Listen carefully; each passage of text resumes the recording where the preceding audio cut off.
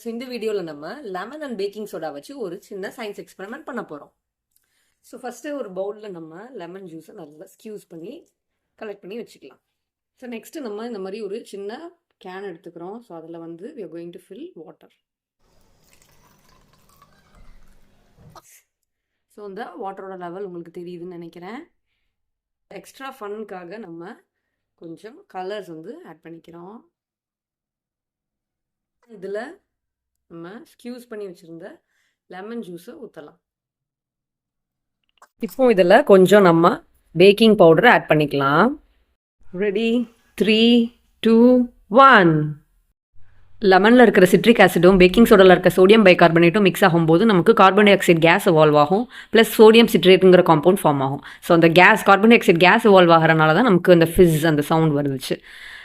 So நம்ம வந்து cool drinks பாட்டிலெல்லாம் நம்ம திறக்கும்போது வரும்ல, ஸோ அந்த மாதிரி.